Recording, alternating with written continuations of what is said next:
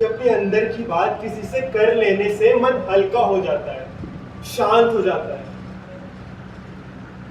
इसलिए ये कहानी मैं बस इतनी बार कह देना चाहता हूँ कि मैं गुब्बारे की तरह हल्का होकर उस आसमान में उड़ जाऊं।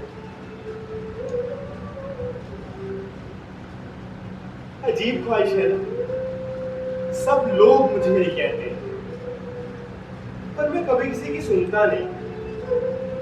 आखिर मंटो ने भी कभी किसी की सुनी थी? नहीं, मैं मंटो नहीं हूं। आप थोड़ा बहुत उनके जैसा दिखता जरूर हूं, पर हूं नहीं। और मंटो तो वैसे भी एक ही थे ना। ये कहानी शुरू होती है 1942 की, जब ब्रिटिश हुकूमत का सूरज भारत पर से धीरे धीरे ढलने लगा था।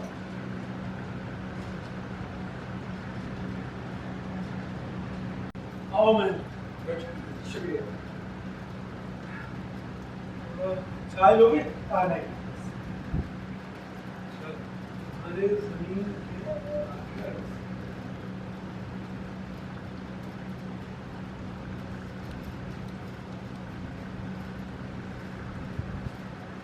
भूषण है ना? हाँ ये ना, अब कोई झगड़ा नहीं है तुम्हारे जमीन पे। अब आराम से वहां खेती करो, जो करना है करो। आप नहीं होते ना, मैं तो सड़क पे आ गया था। आप ना अपनी फीस बता दीजिए, मैं धर्म के हाथों भिजवा दूंगा। हाँ, देखो फीस बीस तो मुझे नहीं चाहिए, बस जो इधर उधर का खर्चा हुआ है ना, आप तुम बस वो दे दो। आपका जो भी खर्चा हुआ है आप मुझे बताइए, और हाँ, अपने पैसे भी बता देना, क्योंकि दोस्ती अपनी जगह और काम अपनी जगह। ऐसे वैसे मुझे तो नहीं चाहिए, नहीं पैसे नहीं चाहिए। बस जो खर्चा इधर उधर का लगा है, बस तुम उतना ही दे। मियाँ साहब जो खर्चा लगाया बताइए तो सही, आप खाली रकम बताइए बस। 8-9 हज़ार। 8-9 हज़ार। मालूम है थोड़ी ज्यादा है, लेकिन क्या करें, केस का ही इतना पेचीदा। बहुत ज्यादा है, तो इतना पैसा जुगाड़ करने में वक्त तक जाएगा। तो तुम्हें समय के लिए पूरी आजादी है, तुम इत्मीनान से जब जब पैसे आए तुम बस मुझे देते हो, कोई जल्दीबाजी नहीं है, ठीक है? और हाँ, ये मत सोचना मैं तुम्हारे साथ कोई ज्यादती कर रहा हूँ। ये गोरे किसी के सगे नहीं है। अगर मेरे बस की बात होती ना महेंद्र, तो तुम्हारी जमीन में एक झटके में छुड़वा देता। लेकिन ये अंग्रेज मुलाजिम, ये हम हिंदुस्तानियों का खून पीने का एक मौका नहीं छोड़ते। वो तो आप ठीक कह रहे हो, और आप उसे झूठ थोड़ी ना बोलेंगे। ऐसा नहीं, इत्मीनान से देते रहे ना, कोई जल्दीबाजी नहीं है, तुम तो अपने करवा ले रहे हो, ठीक है? मैं करता हूँ। हाँ, इत्मीनान से, कोई जल्दीबाजी नहीं है, प्रेशर नहीं लेना, हैं?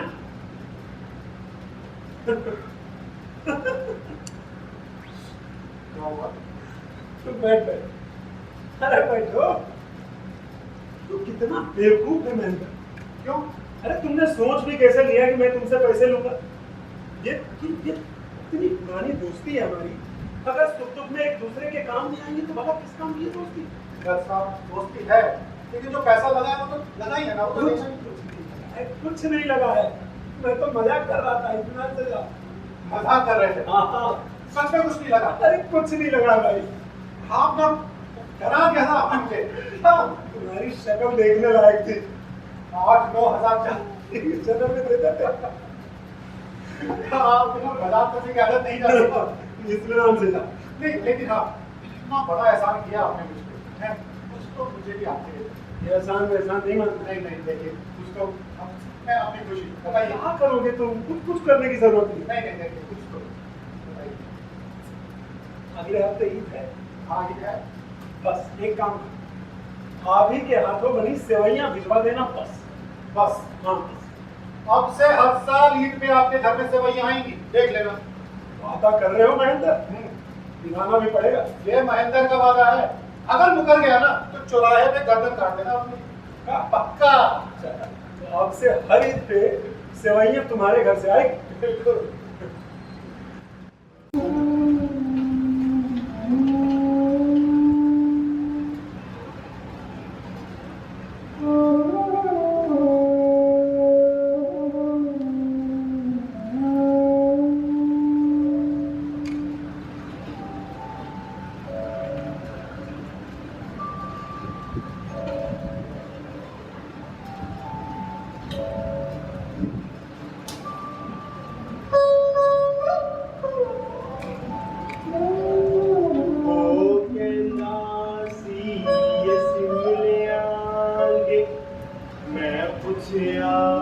दस दे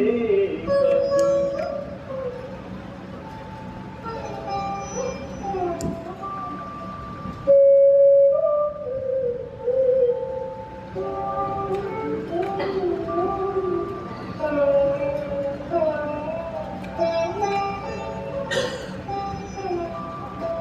फूल लाऊं तुम्हारे लिए? हमें नहीं चाहिए। सूरजमुखी का है।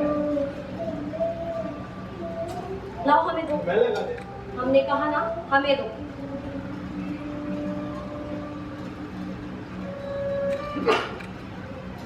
अब ये मत समझ लेना कि हम मान गए, हम अभी भी नाराज हैं। चलो वो सब तो ठीक है, पर हमारी माशूका ने अभी तक हमें ये नहीं बताया कि वो आखिर हमसे नाराज क्यों है। ज्यादा चाशनी मत लगाओ, समझे? अगर हम अपनी पे आ गए ना तो तुम्हारा सारा का सारा साहित्य यही निकाल देंगे। अरे इतना बिगड़ती क्यों हो?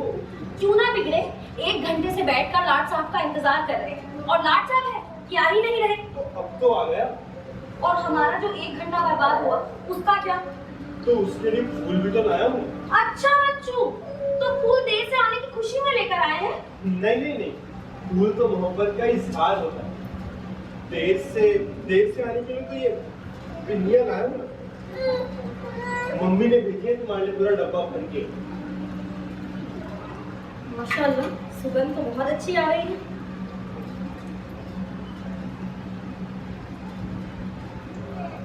पहले बता देते कि पिन्नियाँ लाए हो तो इतनी डांट नहीं पड़ रही होगी। ये भी कोई डांट है? ये तो प्यार है तुम्हारा। अच्छा, डांटती भी हो ना तो ऐसा लगता है मुंह से शहद टपक रहा हो। बस बहुत खा लिया, इधर दे दो। और ये क्या घटिया सी लाइन है, मुंह से शहद टपक रहा है। मुझे बस इतना ही आता है। तो वक्त पर आया करिए ना, ताकि ये सब करना ही ना पड़े। अरे वक्त पे कैसे आता? कोर्ट में वकीलों की दलीलें खत्म नहीं हो रही थी। तो तुम तो दलीलें नहीं दे रहे थे ना। अरे भाई, मेरे पिताजी का केस था। मान लो मैं बीच में से उठ के आ जाता तो वो क्या समझते कैसा बैठा हूँ? नालायक हो एकदम। अच्छा छोड़ो ना, अब तो पिन्नियाँ खा ली, अब तो गुस्सा दूध दो। वो सब छोड़ो, ये बताओ कि क्या पढ़ रहे हो? गजल पढ़ रहे थे। किसकी? जिगर मुरादाबादी साहब की। सुनाओ तो।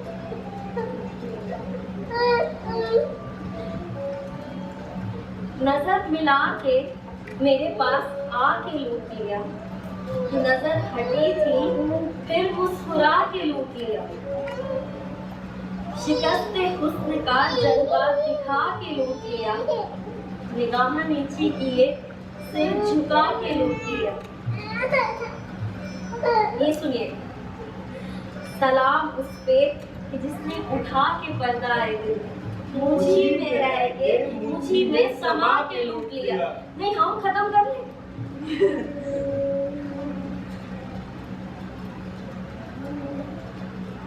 रहा खराबे मोहब्बत ही मुझसे तूने, खुद अपना दर्दे मोहब्बत दिखा के लूट लिया। ना लुटते हम मगर उन मस्त आंखों में जिगर, नजर बचाते हुए दबदबा के लूट लिया। अच्छी लिखी है ना? हाँ, लिखी तो बहुत अच्छी है, पर जब तुम सुनाती हो ना तो ऐसा लगता है मुझसे शहद टपक रहा है। अम्मा यार, ये तुम शहद के पीछे क्यों पड़े रहते हो? कोई और सिंगली नहीं आती तुम्हें?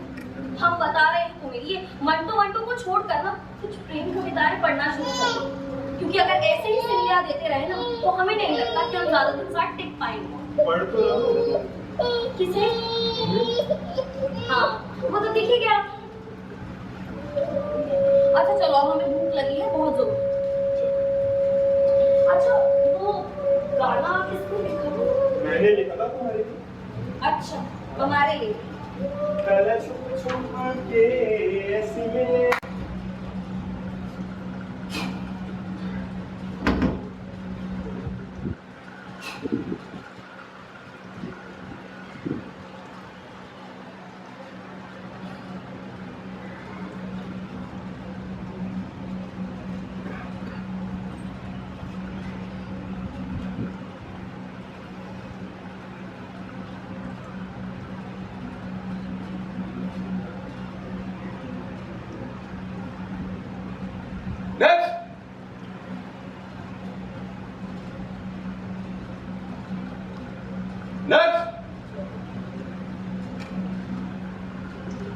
कहाँ मर गए सबके सब?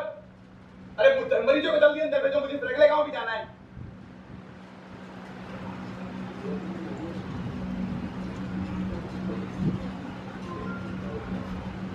डॉक्टर साहब, ओ डॉक्टर साहब। अरे अरे आइए मास्टर साहब आइए। डॉक्टर साहब, ये घुटनों का दर्द। अरे ये घुटनों का दर्द के इलाज भी मैंने निकाल लिया है। आइए आइए बैठिए। डॉक्टर साहब मेरा हाथ। हाँ हाँ हाँ हाँ बस बस बस। हाँ डॉक्टर साहब हाथ लगाइए। हाँ हाँ हाँ हाँ। डॉक्टर साहब बताइए क्या परेशान? डॉक्टर साहब, जो आपने हफ्ते पहले दवा दी थी ना, हाँ? उससे कुछ खास फर्क नहीं। हफ्ते भर पहले? अरे भाई तुम्हारे घुटनों का इलाज तो मैंने भी कल ही निकाला है। अरे डॉक्टर साहब, ये गलत बात। हाँ? घुटनों की बात नहीं कर रहा हूँ, हाँ। पेट की बात कर रहा हूँ। अच्छा अच्छा अच्छा अच्छा क्या हुआ? डॉक्टर साहब, रात भर सो नहीं पाऊँ। हाँ? ऐसा लगता है पेट में कोई कुछ बोल रहा हो। अच्छा पेट से अलग अलग सी आवाज आती है डॉक्टर साहब। अच्छा ऐसा लगता है कुछ तो है डॉक्टर साहब। ना मैं चेक कर लेता हूँ। अरे जरा अपना बायां कहाँ ले लो। एक मिनट से अपना जवाब।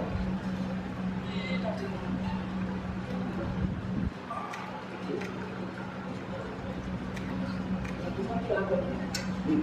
बायां कहाँ?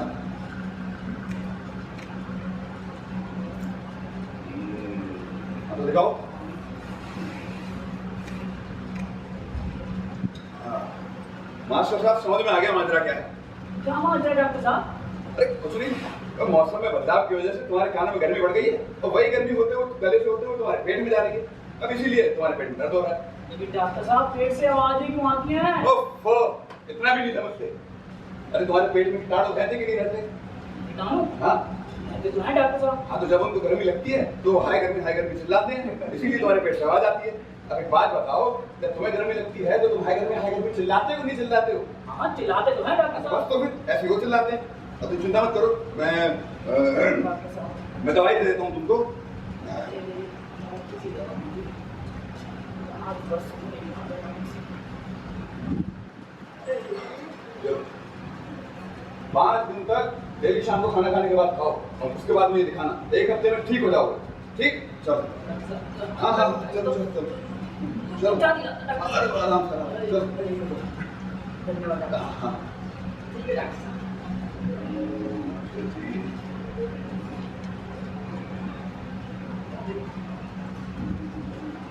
नेक्स्ट।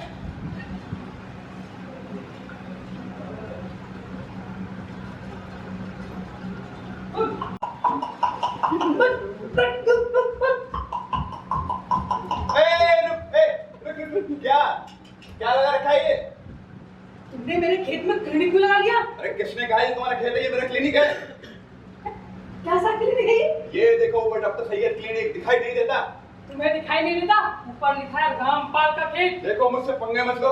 वही मैं भी कह रहा हूँ, इससे पंगे मत लो। मैं डॉक्टर हूँ, पुलिस बुला दूंगा। तुम डॉक्टर हो? और क्या है, भैया तले बैठा हूँ। तुम डॉक्टर हो? हाँ। मुझे लगा कंपाउंडर हो। चलो कोई बात नहीं। जब तुम डॉक्टर हो तो मेरी एक समस्या का हल निकाल दो। क्या समस्या? तो क्या है कि मेरी माता जी जब गाय का दूध निकालती थी तो एक घुमरी गाय करती थी। हाँ। तो मेरी गाय पूरा 4 किलो दूध देती थी। हाँ। लेकिन फिर माता जी को हैजा हो गया पर मुझको ढूंढी आती नहीं तो वो सिर्फ 2 किलो दूध देती है। बस इतनी समस्या। तो कोई ऐसी दवाई बताओ कि सिर्फ कविता कहानी सुनाते ही वो दूध देते। हाँ तो पीछे ले लो दवाई और अपनी माता जी को खिलाओ। जब उनका हैजा ठीक हो जाए तो उनको ठुमरी कपा लेना, ठीक है? लेकिन डॉक्टर साहब, माता जी का तो देहांत हो गया ना। देहांत हो गया? हाँ। अब तो पहले बताना चाहिए था। कैसे डॉक्टर भाई, एक छोटी सी बीमारी का इलाज नहीं कर पा रहे हो? अरे तुम ठुमरी सीख लो। अरे पागल पागल हो क्या? हैं? मैं कह रहा हूँ मेरी माता जी का देहांत हो चुका है। हट! मैं जानवरों का डॉक्टर हूँ, जानवरों का डॉक्टर नहीं हूँ, मैं इंसानों का डॉक्टर हूँ। अरे डॉक्टर साहब, पता है मुझे, अपना बगल में घिसाओ पहले क्लिनिक, मुझे खेत जोतवाना है। हटो! देख मेरे डॉक्टर बैठा हुआ है।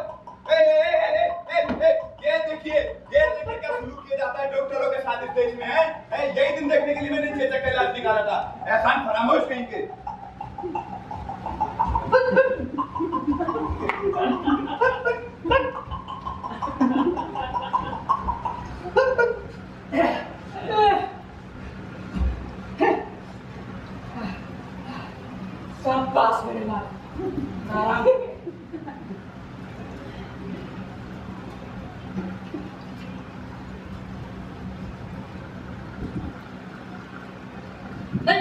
क्या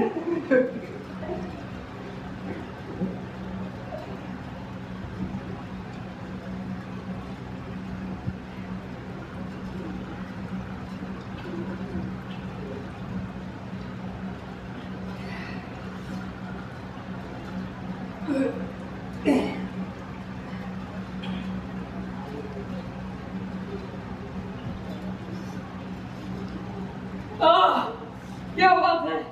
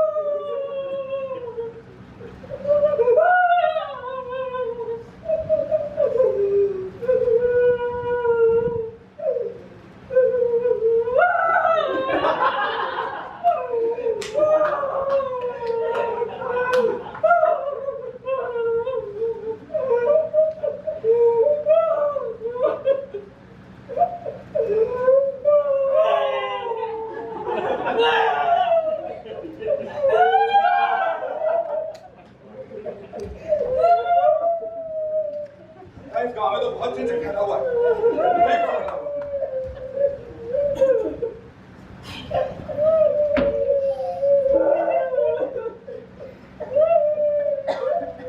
नेक्स्ट।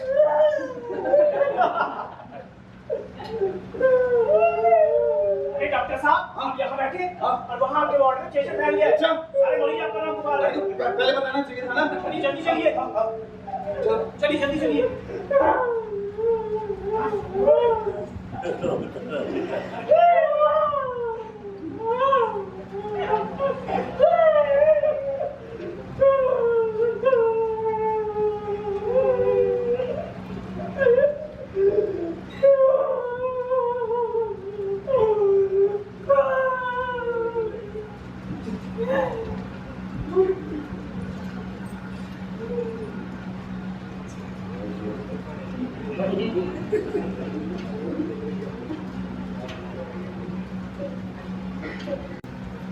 क्या कर रहा है? क्या कर रहा है? अरे अस्पताल में तो बीड़ी में जला कम से कम। काहे का अस्पताल? पागल खाना है ये। अरे वो भी एक तरह का अस्पताल ही तो है। तो बस फर्क इतना है कि अस्पताल में बड़ी डॉक्टर का दिमाग खाते हैं और यहाँ ये पागल हमारा। ऐसे बात तो बिल्कुल कह रहे हैं। अब मुझे तो लगता है इन पागल साथ रह कर ना एक दिन मैं खुद पागल हो जाऊंगा। अबे हमसे अच्छे तो वही यूरोपियन वर्ग वाले पागल हैं। कम से कम उनको खाने में डबल रोटी और सोने को गद्दा तो मिलता है। हमें क्या ही मिलता है यार। डबल रोटी ये डबल रोटी और बेड का लालच है ना, बस इसी चक्कर में अब तक गुलाम है। मुझे पता है ले क्या पता होगा, क्या नहीं पता होगा। अरे बापू ने एक और आंदोलन छेड़ दिया है। कौन सा? तो भारत छोड़ो आंदोलन। छोड़ो आंदोलन? हाँ। अबे हम क्यों छोड़े भारत? मैं नहीं छोड़ूंगा। अरे हमारे लिए थोड़ी है वो, उन गोरों के लिए है। ऐसा बोलना। यार तू देख अब, अरे बहुत जल्दी गोरों से आजाद होने वाले हम। अच्छा है यार, ये गोरे जितना जल्दी हो निकल जाए, बस ये डबल रोटी छूट जाए। तेरी डबल रोटी।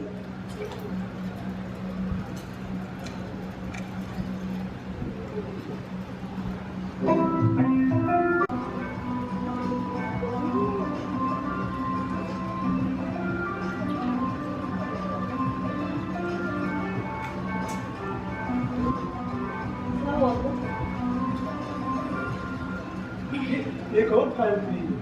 आपको कुछ फाइल्स अंदर भी पड़ी हैं। हम लाए? नहीं मैं ले आऊँ। हम देखते हैं।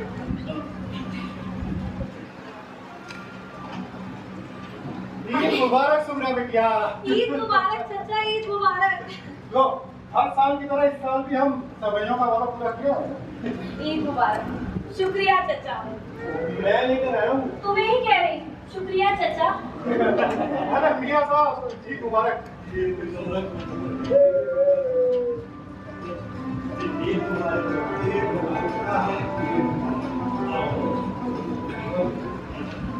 मैं तो अंग्रेज ईद के दिन भी छुट्टी लेने नहीं दे रहे। क्यों, क्या हुआ?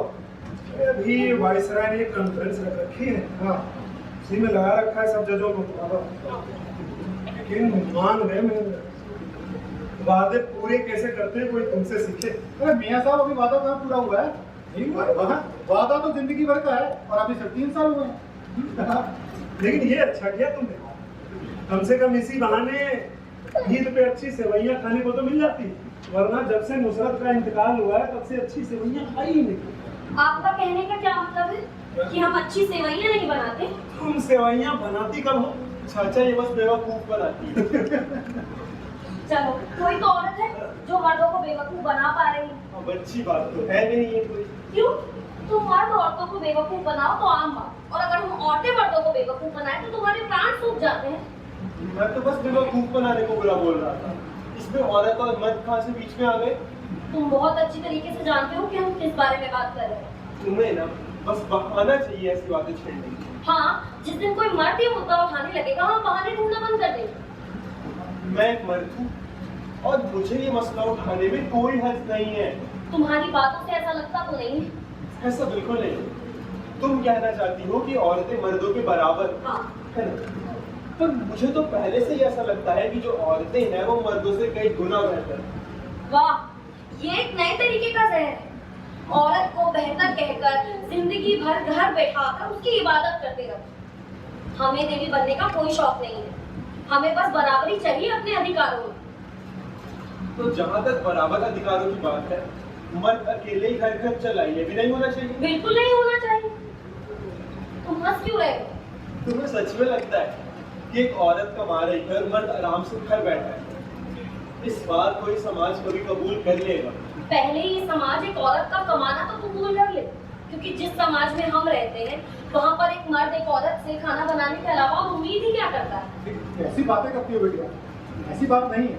देखो बेटिया, गृहस्थी जो है मियाँ और बीवी दोनों की हिस्सेदारी से ही चलती है और दोनों की हिस्सेदारी बराबर की होनी चाहिए। आपकी बात बिल्कुल ठीक है चाचा, लेकिन हिस्सेदारी किसकी क्या होगी ये हमेशा मर्द ही क्यों तय करता है? तो बेटा किसी को तो तय करना ही होगा ना। हाँ, तो वो औरत क्यों नहीं हो सकती?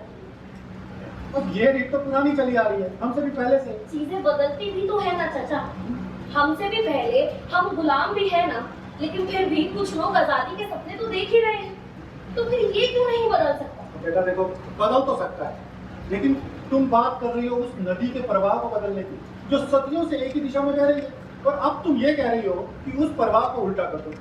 ये तो नहीं हो सकता ना। उल्टा नहीं किया जा सकता चाचा, लेकिन मोड़ा तो जा ही सकता है ना। पर अफसोस की बात तो ये है कि यहाँ पर उसे मोड़ने की कोई बात ही नहीं करता।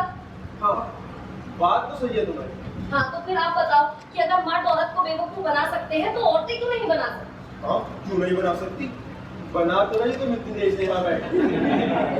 हमेशा यहाँ ऐसी बकवास नहीं करनी होती, किसी दिन मुंह तोड़ देंगे हम तुम्हारा। क्या है ये? मेहमानों से ऐसे बात करते हैं? और ये ईद के दिन क्या लगा रखा है?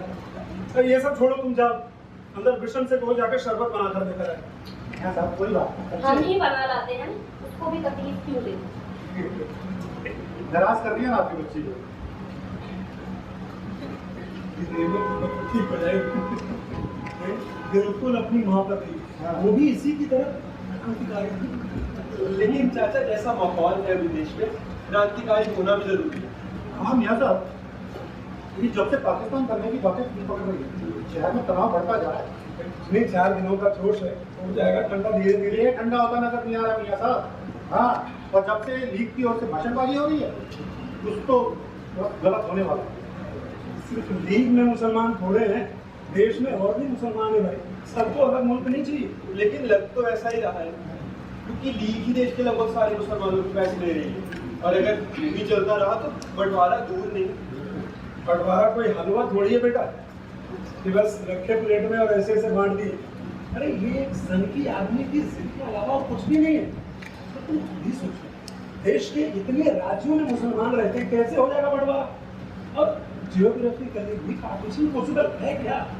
मियां साहब, इसी बात का तो डर है ना, एक नामुमकिन चीज को अगर मुमकिन किया गया तो पिसेगा कौन? आम आदमी ना। कुछ नहीं है, 10-15 दिनों की बात है और सांप्रदायिक तनाव तो नहीं बात है हमारे देश में। और रही पार्टीशन वाली बात, तो ये बताएं वायसराय ने रखी है ये कॉन्फ्रेंस, देखना ये मामला वहीं सुलझ जाए। आपको लगता है कि जिन्ना मान जाएंगे?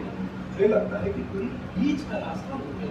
और ऐसा क्या लगता है आपको? अरे आपको क्या लगता है कि जिन्ना ऐसा मुसलमानों के भले के लिए करें? अरे जिस आदमी में मुसलमानों वाला एक भी बोल रहा है, वो आदमी मुसलमानों का मसीहा बनकर क्यों खड़ा है? मुसलमान होना बेटा क्या है ये उन्हें पता है और लगे हैं मुसलमानों के नेता बनने में। अंदर ये एक सियासत खेल है बस, और कुछ नहीं। सियासत कुर्सी मियां साहब, मेरे को तो इसी बात का डर है कि कहीं ये सियासत का खेल ना इस मुद्दे को खेल ना बना कर छोड़ दे। खेल तो बना दिया। हाँ। देखो आम आदमी अपना विषय नहीं 2-3 दिनों से डरा हुआ, उसका जो घर है वो जिस मोहल्ले में पड़ता है मुसलमानों का, अब कह रहा है अगर फसाद ऐसे ही फैल गया तो उसके परिवार को दिक्कत आ जाएगी। इसका घर तो लाहौर के पास है ना, कहीं 150 मील दूर है। तो ये यहाँ कैसे आया? काम के सिलसिले में ये 2 बार आया, दूसरी बार आया था ना तब मैं उससे मिला। ये सदर बाजार में ढाबा है ना, वो तो मनिंदर का ढाबा। मनिंदर का ढाबा, वहीं पे काम करता था। अब एक दिन ऐसे ही जाना हुआ, मनिंदर ने कहा कि जज साहब अगर कोई बढ़िया बही खाते वाली नौकरी हो दिला दो, अच्छा लड़का अपना सैयद मियाँ कैंटीन वाला, हाँ वो छोड़ के गए थे कैंटीन, वहीं पे इसको वहीं लगवा दिया, तब से वो वहीं काम कर रहे हैं। और घर पे भी अगर ईद मुबारक। हमें आओ किशन आओ, ये लीजिए शरबत लीजिए। बहुत बहुत बढ़िया। क्या किया साहब? अभी तुम्हारे बारे में बात कर रहे थे। अच्छा। हाँ, बैठो। मियां साहब बता रहे थे कि तुम उसके मनिंदर के ढाबे में मिले थे। हाँ जी हाँ। अच्छा, मतलब अमृतसर से पहले कहाँ थे? लाहौर में थे? हाँ मैं लाहौर में था। अच्छा, क्या करते थे वहाँ पे? महेंद्र भाई ये पूछो मैंने लाहौर में क्या क्या नहीं किया। महेंद्र भाई मैं ना 15-16 साल की उम्र से काम करता आ रहा हूँ। तो शुरुआत में मैं मजदूरी किया करता था, फिर बाद में मैंने ठेकेदारी की। महेंद्र भाई फिर तो मैंने एक जगह खाना बनाने का काम भी किया। नहीं उससे पहले ना मैं एक जगह ड्राइवरी भी करता था, वो भी मैंने 2-3 साल की होगी। फिर उसके बाद मैंने वो खाना बनाने वाला काम किया। और महेंद्र भाई जिंदगी की गाड़ी रास्ते में तब आई जब एक मिल के मालिक को पता चला कि मैं 10वीं जमात पास हूँ और हिसाब किताब अच्छा जानता हूँ। फिर क्या था महेंद्र, पहले जहाँ 15 मिल रहे थे वहाँ 35 मिलने लगे और मैं वहाँ उनका हिसाब किताब करने लगा। और महेंद्र भाई उधर ना मैं एक दिन उनका हिसाब देख रहा था, तो बड़ी गलती थी, बड़ा घबरा था। और यही बात जाके जब मैंने मैनेजर को बताई, उसने उल्टा हिसाब मुझ पे लगा दिया। फिर महेंद्र भाई जवानी के जोश में आके मैंने उसको तो कूटा ही कूटा, उसके 4 लोगों को और कूटा। और जब झगड़ा बढ़ने लगा ना तो बचता बचाता हुआ इधर अमृतसर आ पहुंचा। और महेंद्र भाई अमृतसर में भी मेरी किस्मत बहुत अच्छी रही। वो मनिंदर जी है ना अपने, वो ढाबा चलाते सदर के पास, उन्होंने अपने यहाँ रख लिया तो वहाँ भी मैं हिसाब किताब करने लगा। मनिंदर भाई जी के साथ भी मैं करीब 3-4 साल रहा हूँगा। फिर मैं वापस गाँव चले गया। वापिस क्यों गए? वो जी जैसे और ये जी ने बुला लिया था जी मुझे वापस। क्यों? मेरा ब्याह जो करना था उनको। ब्याह का नाम सुनते ही ब्याह नहीं था साहब, कैसी बात करते हैं। अच्छा, फिर शादी करके वापस कब आए? इस बार जब ब्याह के लिए गया ना महेंद्र भाई, तो वहाँ कुछ समय रहा। खेती बाड़ी भी है, वो भी देखी थी भाई साहब के साथ मिलकर। बच्ची मेरी बेटी भी हो गई थी, अमनीत नाम है जी उसका। बड़ी सोहनी है, बड़ी सोहनी है मियां साहब, बड़ी सोहनी है। मतलब यही उम्र यही कुछ 12 साल है, अभी 3-4 महीने में 13 साल लग जाएगा उसको। पर आप सब तो जानते हैं बेटी तो बेटी है, एक ना एक दिन तो ससुराल भेजना ही है। बस महेंद्र भाई उसी के जद्दोजहद में यहाँ वापस अमृतसर आ गए और पैसा कमा रहे हैं। पर अब लगता है कि वापस जाना पड़ जाएगा। वापस को क्यों जाओ? क्या आप सुन रहे हो ना रेडियो में और अखबारों में जैसी खबरें चल रही है, लोग तरह तरह की बातें कर रहे अखबारों हैं। को गोली मारो, अगर ये ऐसी खबरें नहीं दिखाएंगे तो ये बिकेंगे कैसे? पर ये सब डर तो लगता है ना, मेरा परिवार है वहाँ। कोई डरवर नहीं है, 10-15 दिनों का जोश है, यही कह रहा था महेंद्र को भी। ऐसे ही तुल दिए जा रहे हैं सब, कुछ नहीं होगा, छोड़िए सब। सुधरा कहाँ है? शुक्र अपने कमरे में है शायद। जब मेरे को शरबत बनाने के लिए बोलने आई ना, तो वो बोला होगा जाकर रात का। मुझे लगता है आपने फिर कुछ किया दिया। महेंद्र को अरे नहीं, ये सब मुझे मेरा काम नहीं करना है, तो इजाजत दीजिए, मैं नहीं। अरे रात का खाना देंगे। अरे लेकिन क्यों? नहीं खाना पड़ेगा भाई, ईद है, ऐसे कैसे? चलिए, तुम हमें सेवइयां खिलाओ, खाने भी। ठीक है। अरे भाई ठीक है। मैं छोड़ चला।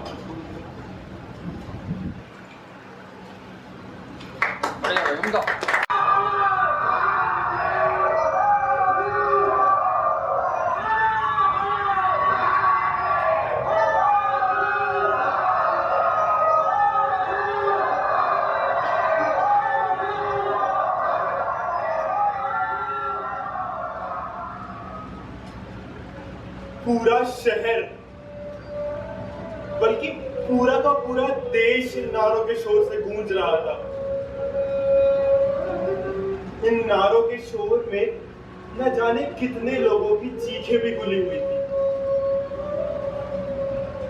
पूरा देश जल रहा था और तो अब बंटवारे की बातें भी जोर पकड़ रही थी। उस दिन मियां साहब ने कहा था कि 10-15 दिन का जोश है, सब ठंडा पड़ जाएगा। वाइस रॉय की उस कॉन्फ्रेंस में कोई ना कोई बीच का रास्ता जरूर निकल आएगा, पर ऐसा कुछ नहीं हुआ। कोई रास्ता नहीं निकाल पाई वाइस रॉय की वो कॉन्फ्रेंस। पर मानो जैसे ये तो बस एक शुरुआत हो। फसाद बढ़ते गए और लोग मरते गए। जो कभी एक दूसरे के दोस्त हुआ करते थे वो एक दूसरे के लहू के प्यासे हो गए थे। एक इंसान दूसरे इंसान को मारने के बहाने ढूंढ रहा था, कभी मजहब की आड़ में, कभी मुल्क की आड़ में, तो कभी इज्जत की आड़ में। किसने किए ये फैसले इन लोगों के लिए? कौन मांग रहा था ये आजादी? एक फला मजहब का आदमी एक फला मजहब के आदमी का घर लूट ले, इज्जत लूट ले, जान से मार दे, जिंदा जला दे, गला काट दे। पाना क्या चाहते थे लोग आखिर इस हैवानियत से?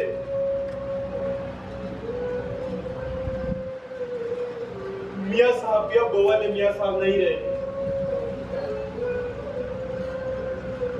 एक दिन उन्हें लकवा मार गया और बस तब से बिस्तर पर ही पड़े थे। पिताजी गए थे उनसे उस दिन मिलने।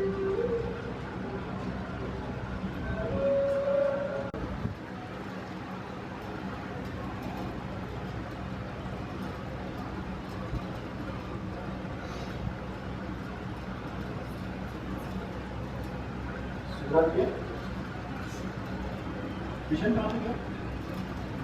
डॉक्टर को लेने गया था। ये सब अचानक कैसे हुआ? पता नहीं चाचा, कुछ दिनों से हमसे शिकायत भी करते थे कि थोड़ी कमजोरी सी महसूस हो रही है, लेकिन हम ही पागल हैं जो हमने ध्यान नहीं दिया। एक दिन कचहरी से आए और हमने पीने के लिए पानी दिया। पानी पीते पीते ग्लास हाथों से गिर गया। ऐसे लेट गए चाहते थे मानो जैसे शरीर में जान ही ना हो। जब पेशेंट डॉक्टर को लेकर आया तो उन्होंने बताया कि इन्हें लकवा मार गया है। अस्पताल में भर्ती क्यों नहीं करवाया अभी तक? चाचा, इस माहौल में डॉक्टर घर पर आ रहा है, वो भी क्या कम बड़ी बात है? यार मियां साहब की हालत देखो कितनी नाजुक है, अस्पताल में भर्ती कराना तो जरूरी है ना। हमें कुछ समझ में नहीं आ रहा चाचा। एक बार भीषण आ जाए फिर देखते हैं कि क्या करना है। दरवाजा खोलो। कौन है? जल्दी दरवाजा खोलो। कौन है? मैं देखता हूँ। चाचा, खोलो दरवाजा।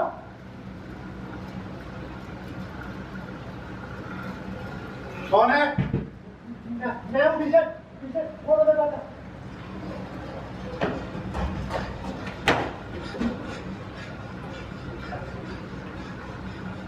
डॉक्टर कहाँ है? डॉक्टर नहीं मिला जी, नहीं मिला डॉक्टर। नहीं मिला मतलब? उधर कोई नहीं है, ताला रहा होगा। तुम भाग क्यों रहे हो? भाई जी उधर चौक पे क्या? चौक पे औरत और एक बच्ची को जिंदा जला दिया और वहीं लटक के चले गए। बड़ी मुश्किल से बचता बचाता आया हूँ इधर। लेकिन डॉक्टर का क्लिनिक तो चौक पे पड़ता ही नहीं है, चौक तो बिल्कुल उल्टी तरफ है। तुम डॉक्टर को लेने नहीं गए ना? मैं गया था, डॉक्टर लेने ही गया था। तो चौक पे क्यों गए थे तुम? झूठ बोल रहे हो। नहीं भाई जी मैं कसम से मैं सच बोल रहा हूँ। डॉक्टर को लेने नहीं गए ना? गया था। तो चौक पे क्यों गया था?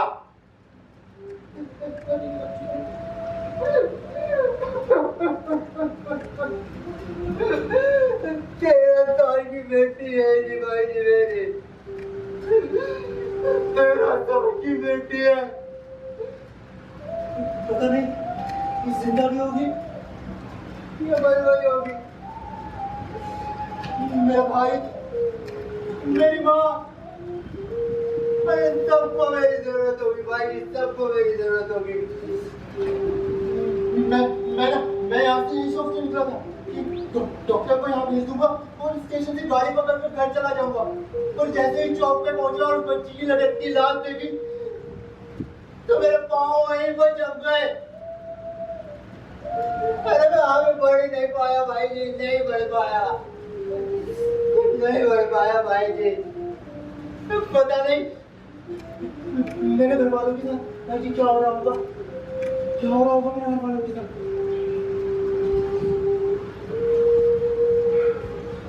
सुगरा, मियां साहब की हालत ज्यादा नहीं। मैं ही बाहर आके नहीं भाई जी बाहर मत जाओ बाहर। वो लोग सबको मार देंगे भाई जी, बाहर मत जाओ। चलेगा मेरे साथ? कोई बात नहीं, तुम इन दोनों का ध्यान रखना, मैं आता हूँ। चाचा संभल कर जाइए।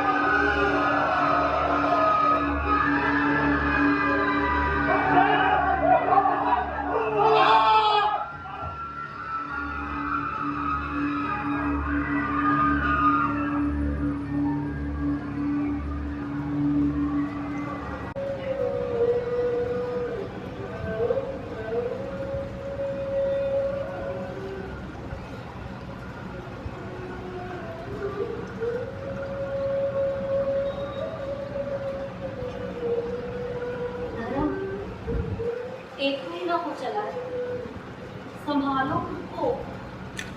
कैसे संभालूं सुगरा? हमें नहीं पता, पर हमसे तुम्हारी ऐसी हालत नहीं देखी जा रही है। तुम जानती हो कि आखिर मुझे कौन सी बात सबसे ज्यादा चुभेगी? कौन सी? उस दिन के बाद सारा फसाद टंगा पड़ गया, मानो जैसे लोग थक गए हो कत्ल करते करते, और तो और पुलिस भी तुरंत हरकत में आ गई। ये सब कुछ वक्त पहले क्यों नहीं रोका गया? कुछ दिन पहले क्यों नहीं? एक रात पहले क्यों नहीं? क्योंकि मरने के बाद ही क्यों सुगरा? मर जाने के बाद ही क्यों? अब ये सब सोच के खुद को दुखी मत करो। कैसे मैं सोचूं? कोशिश तो करो तुम। एक महीने से जितनी भी बार मिले हो ऐसे ही बैठे रहते हो, वरना हमेशा थोड़ी ऐसे चल सकता है। थोड़ी तो हिम्मत रखनी पड़ेगी ना। पिताजी जब डॉक्टर लेने गए थे तब उन्हें 2 दिन बाद डॉक्टर मिला था। अगर उस दिन वो डॉक्टर ले नहीं जाते और मियां साहब के डॉक्टर नहीं आया होता तो तुम रख लेती।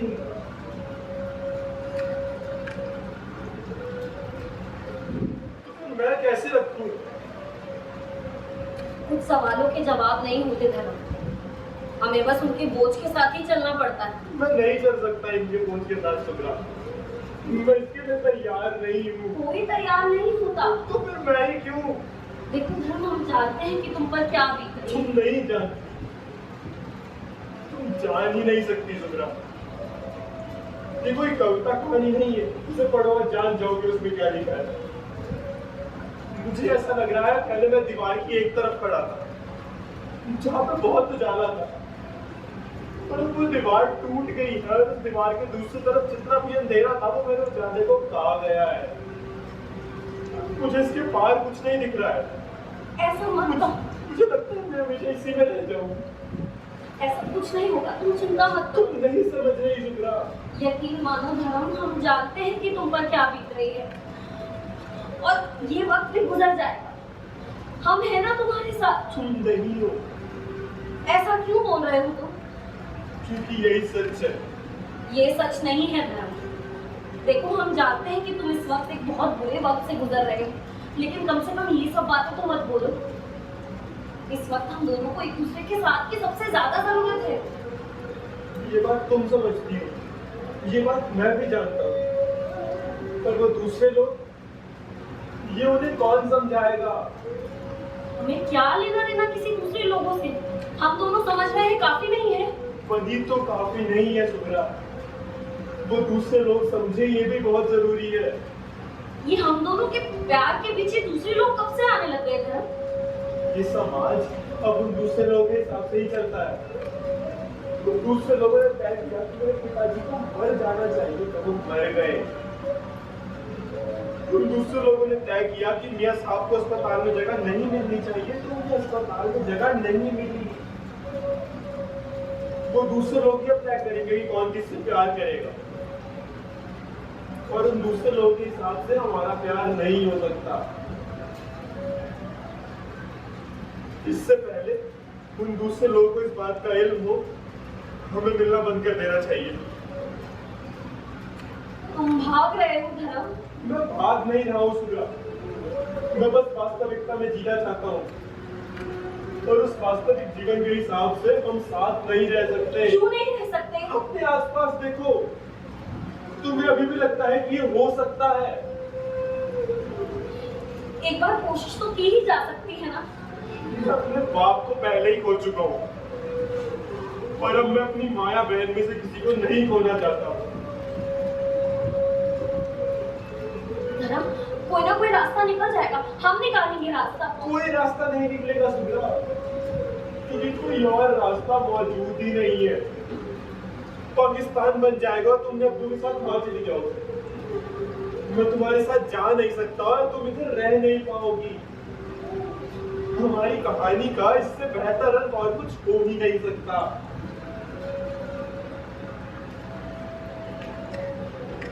तुमने तो सब सोच लिया धर्म, हमारे बारे में कुछ नहीं सोचा। सोचा मैंने, बहुत सोचा, पर सोचने से आगे सच थोड़े बदल जाता है। तुम्हें क्या लगता है विशन मियां साहब की परवाह नहीं करता?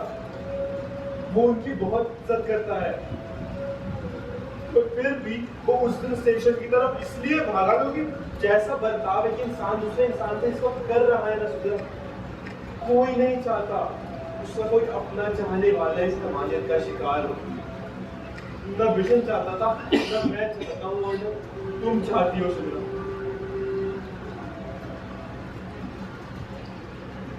सबसे बड़ी कश्मकश सही और गलत के बीच से ही, दो सही तर्कों के बीच है। हमारी कहानी की त्रासदी यही है कि हम दोनों में से कोई गलत नहीं है। तुम गलत हो धर्म, तुम गलत हो। नहीं सुधरा, बहुत खुदा रहता है।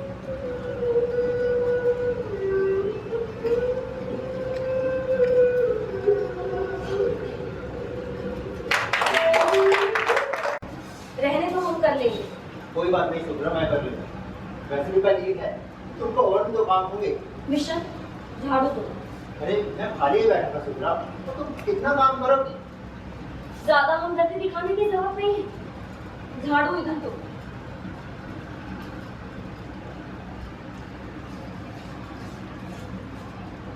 तुम अपनी नाराज हो उस दिन की वजह से।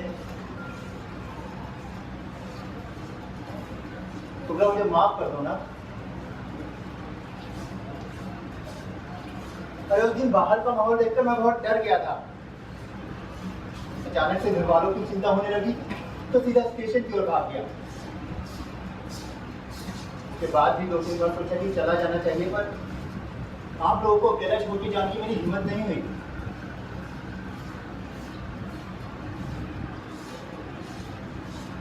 अच्छा सुनो ना, मैं क्या कहता हूँ कि आप लोग भी चलो मेरे साथ। वहाँ कुछ मुसलमान दोस्त हैं मेरे, वहाँ पे आपके रहने खाने पीने हर चीज का इंतजाम हो जाएगा।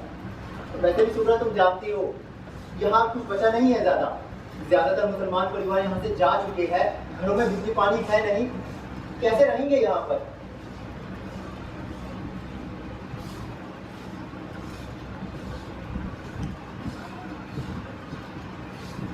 सुब्रा, भाई साहब की चिट्ठी आई थी 10 दिन पहले, वो मुझे जल्द से जल्द वापस बुला रहे हैं। तो चले क्यों नहीं गए? अरे मैं आप लोगों को अकेला छोड़ के कैसे जा सकता हूँ?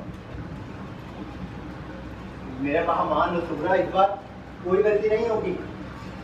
अरे मुझे फिक्र है आप लोगों की। हाँ, वो तो दिख ही गया था।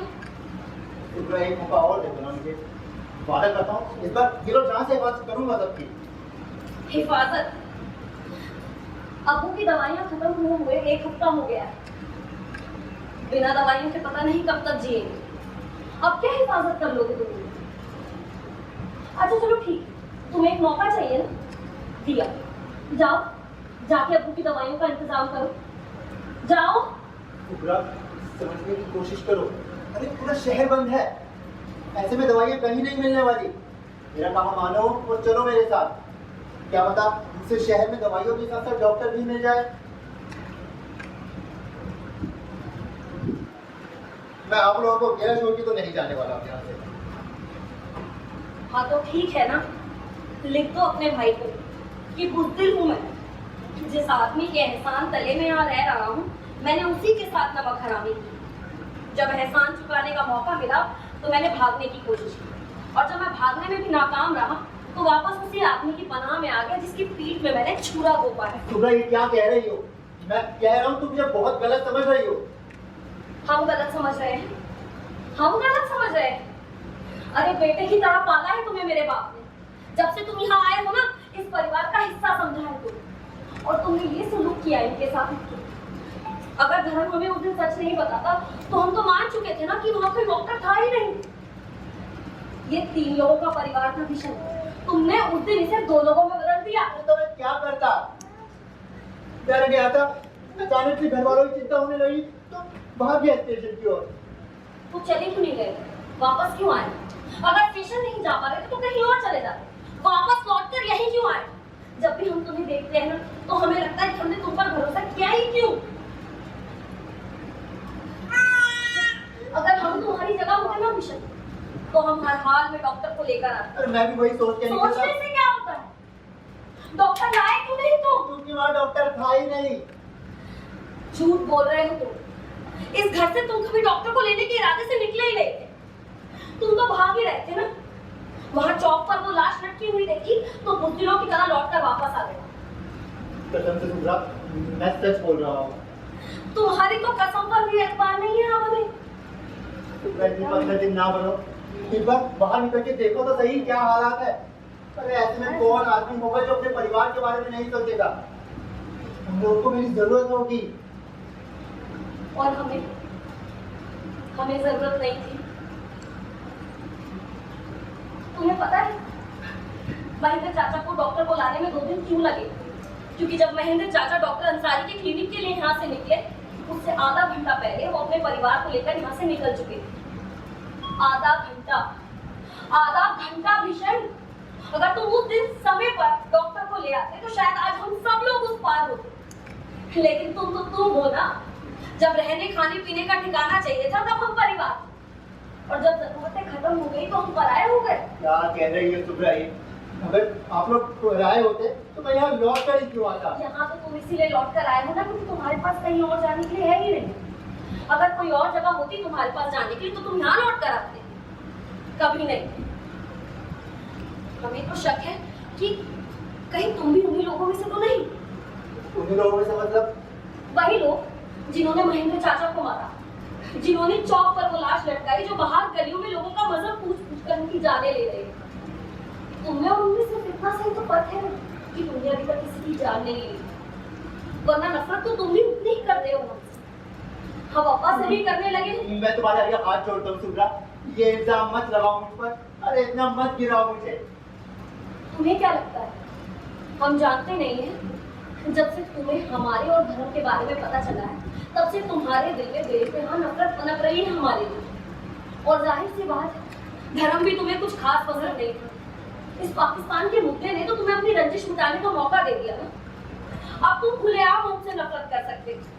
अब तो हम काफिर है ना, हमें भी पाकिस्तान चले जाना चाहिए, यही तो कह रहे हो ना तुम? मेरा वो मतलब नहीं था। अच्छा चलो ये बताओ कि दोनों को जाना चाहिए या सिर्फ पापा को? हम यही रुक जाते हैं तुम्हारे साथ। इसीलिए तो तुम डॉक्टर को भी लेकर नहीं आए ना, कि बिना डॉक्टर के मियाँ साहब बचेंगे नहीं, और हमारा रिश्ता धर्म से वैसे ही टूट चुका है। तो हम इस इतने बड़े घर में अकेले कैसे रहेंगे? कोई तो होना चाहिए ना देखभाल करने के लिए। इसीलिए तो तुम घर भी नहीं गए ना। दरअसल तुम घर कभी जाना ही नहीं चाहते। तुम तो यही रहना चाहते हमारे पास, हमारे साथ। हम तुमने चौक पर कोई लाश लटकी हुई देखी ही नहीं। दरअसल तुम चौक की तरफ कभी गए ही नहीं। इतना बड़ा खेल खेलने की क्या जरूरत है विशाल? ऐसे ही बदला ले लेते हमसे, ऐसे ही मार दो हमारे अब्बू को। और अब तो ये जुर्म भी नहीं है। अब बाकी जाने के बाद ये घर भी तुम्हारा और हम भी तुम्हारे। मैं तुम्हारे पैर पड़ता हूँ सुब्रा, ये इल्जाम मत लगाओ मुझ पर। अरे इतना मत गिराओ मुझे।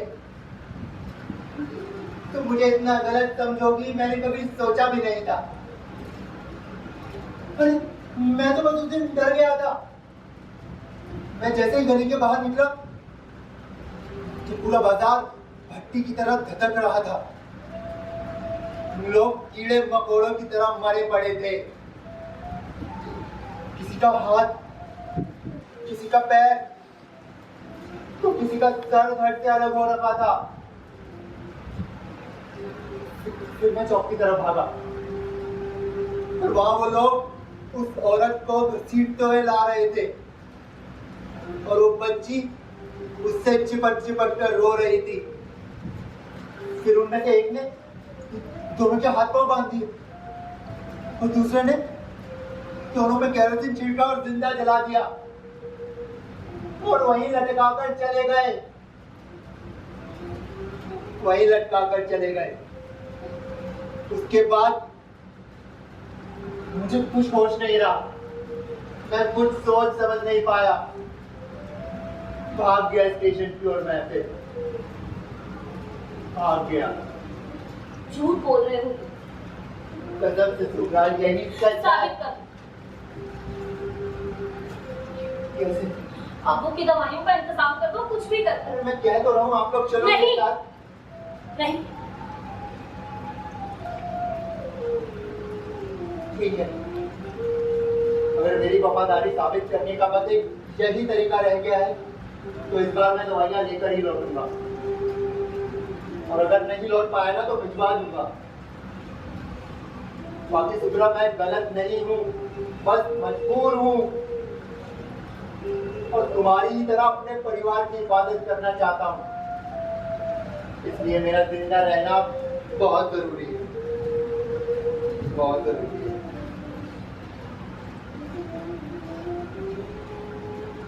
चलता हूँ।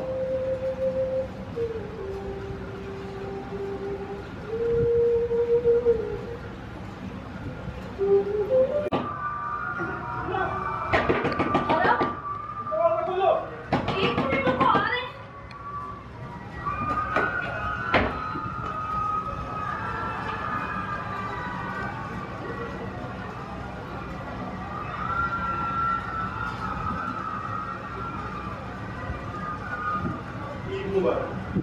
ईद मुबारक। आओ ना, बैठो।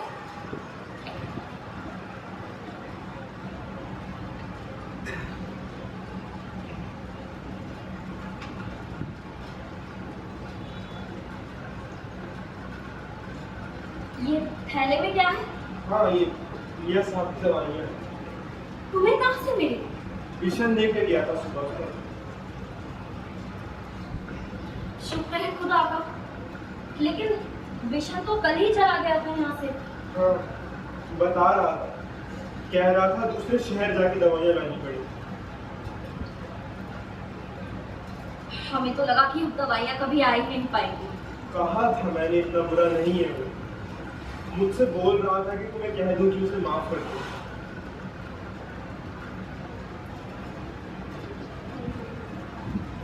तुम्हें याद थी सेवैया? हाँ, हमें तो लगा था कि तुम आओगे ही नहीं। सोचा एक बार मियां साहब को देखा। अच्छा, हमें लगा उनकी बेटी से मिलने आए। कहते हैं बहुत खूबसूरत और होशियार। मिले हो कभी उससे? तुम्हारी कॉलेज में थी ना शायद। क्या हुआ? कहीं प्यार में तो नहीं पड़ गए उसके? ये कमबख्त इश्क है ही बुरी चीज। हमें भी हुआ था एक बार। लड़का शक्ल का ठीक ठाक था, पर गाने बहुत अच्छे लिखता था। हम कभी कभी हमें मनाने के लिए फूल भी ले आया करता था। पर फूटा नसीब हमारा बेवफा निकला कमबख्त। मैं चलता हूँ। अरे, बिना से भैया घर कहाँ जा रहे हो? देर हो रही है, सुबह रहने दो। इतनी भी क्या जल्दी लगी? और आज तक कभी गए हो बिना से भैया घर? तो आज जाओ। अरे देर हो रही है। इतना क्यों डर रहे हो धर्म? नहीं कहेंगे हम तुम्हें शादी करने के लिए। अब बैठ जाओ, हम ला रहे हैं।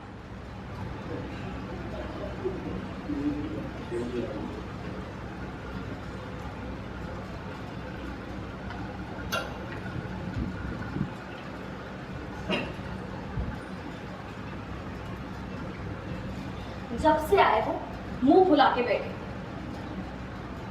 कुछ तो बोलो। बोल तो रही हो तुम दोनों के हिस्से का। हमारा बोला हुआ बर्दाश्त कहाँ हो रहा है तुम्हें? जरा सा भी मजाक बर्दाश्त नहीं है कि बस उठ के जल्दी। ये कोई वक्त है मजाक करने का? क्यों? सुबह के वक्त मजाक नहीं करते? बाहर के हालात देखो सुधा, तुम्हें अभी भी मजाक सूझ रहा है? बाहर के हालात हमारे मजाक ना करने से सुधर जाएंगे क्या? और हम थक गए हैं धर्म, हम थक गए हैं इस फिक्र से, इस परेशानी से।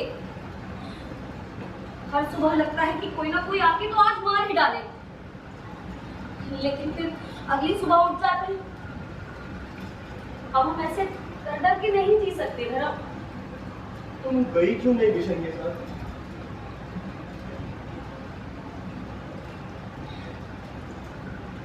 अब्दुल चाचा आए थे कल शाम को। कह रहे थे कि सुबह एक काफिला निकलेगा यहाँ से, उसमें अब्बू और हम दोनों निकल जाएंगे।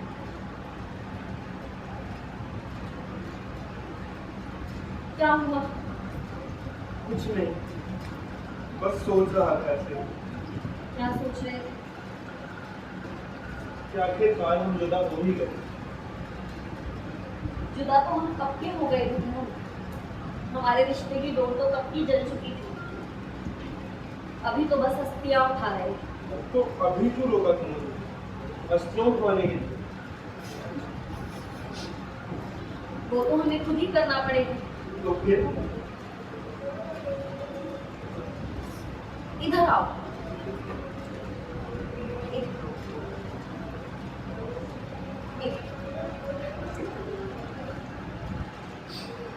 पिछली बार जैसे हम अलग हुए थे ना, बहुत रोना धोना हो गया। तो क्या हुआ अगर हमारा इश्क मुकम्मल नहीं हुआ? पर उसमें इतना बेजान नहीं हो सकता। फिर जब आज तुम आए तो लगा कि अल्लाह ने दूसरा मौका दिया है ठीक से जुदा होने का। तो तुम कह रही थी कि हम जुदा हो चुके हैं। समझ जाओ ना बस। तुम्हें मालूम है, नहीं मालूम, बताओ। तुम्हारी जुबान से अभी भी शहद टपक रहा है।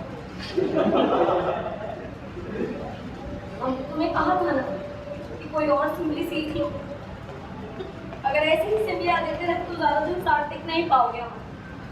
और अभी हमने कहा था कि कोई रोना धोना नहीं है, बिल्कुल ही बच्चे हो।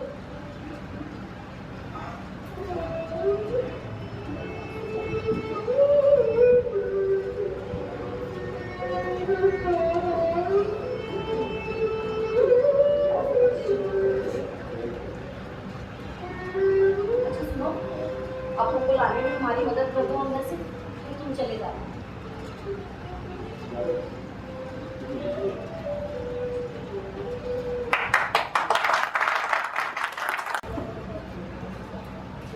हाँ देखो वहाँ बीड़ी का है? क्या करूँ? हाँ भाई क्या क्या क्या क्या क्या क्या क्या क्या कर? अरे तेरे चक्कर में बड़े साहब मुझे भी डांट पड़ती है। अब क्या कर दिया मैंने? दिन में 10 बार बाहर आता है बीड़ी पीने। अब खुद तो आता है, साथ में खुद भी ले आता है। तो हर बार बीड़ी पीने थोड़ी आता हूँ, 4-5 बार तो गोरी मेल को देखने आता हूँ। धीरे को धीरे। हाँ ठीक है ठीक है। क्या ठीक है ठीक है? अरे बड़े साहब तो मुझे बोलते हैं ना कि बार बार बाहर क्यों जाता है। अब तू ही बता मैं क्या बोलूँ मैं? तो बोल दिया अगर पेशाब करने जाता हूँ, क्या क्या क्या? पेशाब करने। 10 बार। हाँ 10 बार। अरे इतनी बार झूठ मैं नहीं बोल सकता। वो अरे वाह हरिश्चंद्र, झूठ नहीं बोल सकता। अबे झूठ बोल बोल के इन गोरों ने पूरा देश लूट लिया, देश के 2 टुकड़े कर दिए। तो मेरी इतनी सी बीड़ी को झूठ नहीं बोल सकता? तो कैसा दोस्त है तू? तू बीड़ी पीने क्यों नहीं छोड़ देता है? अब देख इतनी अच्छी आदत तो है नहीं जो रोज रोज झूठ बुलवा रहे हैं मुझसे हैं? देख भाई, ये बात तो तू भी जानता है, बीड़ी मेरी जान है। अरे जान तो तेरी रुखसाना भी थी, जिद तो थोड़ा ना तूने। हट साला, हर बार उठाने की याद दिला देता है। ठीक है अरे यार तू मूड खराब कर देता है यार। ठीक है कोई अब एक और जलानी पड़ेगी। क्या करे हैं? अरे यार तेरी बीड़ी पी हैं? ए आधी पगार तो तेरी बीड़ी में निकल जाती। पगार तो ऐसे बोल रहा है जैसे अंग्रेज पता नहीं कितना देते होंगे। अबे चिल्लड़ी तो देते हैं। बोल तो सही। फिर चुप, ये सब छोड़े। मुझे एक बात समझ नहीं आई, पूरे इतने साल से जाने का नाम नहीं ले रहे थे हैं? और अब अचानक से ऐलान कर दिया कि 2 महीने में, सिर्फ 2 महीने में देश आजाद हो जाएगा। अरे इतनी भी क्या जल्दी में चाहिए ना? अरे अच्छा तो है जितनी जल्दी निकले, हमें क्या? अरे लेकिन नुकसान तो अमीरों का है ना इसमें। वो कैसे? देख अब बंटवारा कोई हलवा तो है नहीं है? नहीं है, बंटवारे में वक्त भी तो लगेगा। लगेगा। भूरे बस ऐलान करके बोरिया बिस्तर समेट के भाग रही है। अरे कितने साल देश चलाया इन्होंने, ये जाने से पहले कुछ जिम्मेदारी बनती कि नहीं इनकी कुछ? अब नहीं तो है वैसे। अब तू भी तो देख ही रहा है ना है? रोज कितने लोग मर रहे हैं दुनिया में, लेकिन कोई कुछ नहीं कर रहा। ये जो इतना खून खराबा हो रहा है ये कौन संभालेगा? बात तो तेरी बिल्कुल ठीक है। अभी पिछले महीने एक आदमी को बेहोशी की हालत में लाए थे, पूरा सर खून से लथपथ। साला बच भी कैसे गया ये बिल्कुल वाला जाने। वो अपने ये हबीब साहब है ना, अरे हबीब साहब, हाँ, वही तो लाए थे। दाखिले के वक्त में उनके साथ ही था। ये अपना अमृतसर में किसी जज के नौकरी करता था बेचारा, बीवी बच्चे भी आसपास ही रहते थे, उन्हीं से मिलने आ रहा था और कांड हो गया। अच्छा एक बात बता, अब तू तो कह रहे कि वो बेहोश पड़ा है, हाँ? तुझे ये सब कैसे पता चला? एक चिट्ठी मिली थी उसकी जेब में, उसी में सब कुछ लिखा था। नाम भी तो वहीं से पता लगा है। क्या नाम? किशन नाम है उसका। ये नाम है क्या? ना टोबा टैक्सी। अच्छा अभी कैसा है? तबीयत कैसी है? अब इनका क्या कहना है यार, बेहोश पड़ा है बेचारा। डॉक्टर साहब बता रहे थे सर पर बहुत गहरी चोट आई है, वक्त लगेगा। अरे बस तो एक और गिनती बढ़ गई पागलों में। हाँ यार ऐसी है। अच्छा तो तेरे बीड़ी के चक्कर में नौकरी जाएगी फिर मेरी। चल डरता बहुत है यार तू। चल।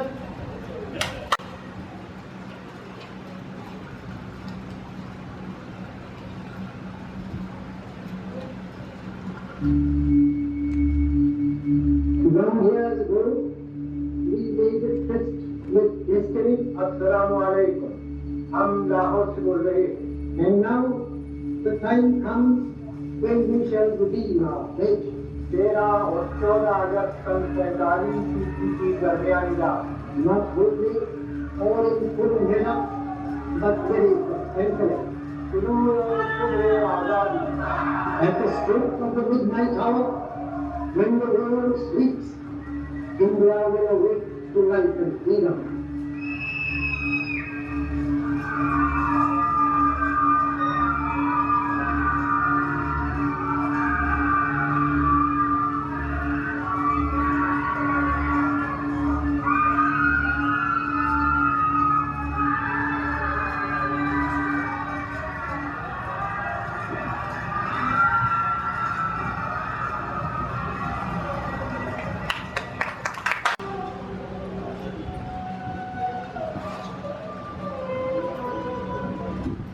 ये दाग दाग उजाला, ये शब गजीदा सहर,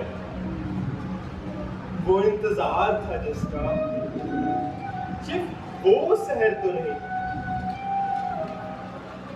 200 साल राज करने के बाद अंग्रेज तो देश छोड़कर चले गए, पर पीछे छोड़ गए तो रोते बिलखते अनाथ बच्चे, विधवा औरतें, बेघर परिवार और न जाने कितनी लाशों के ढेर।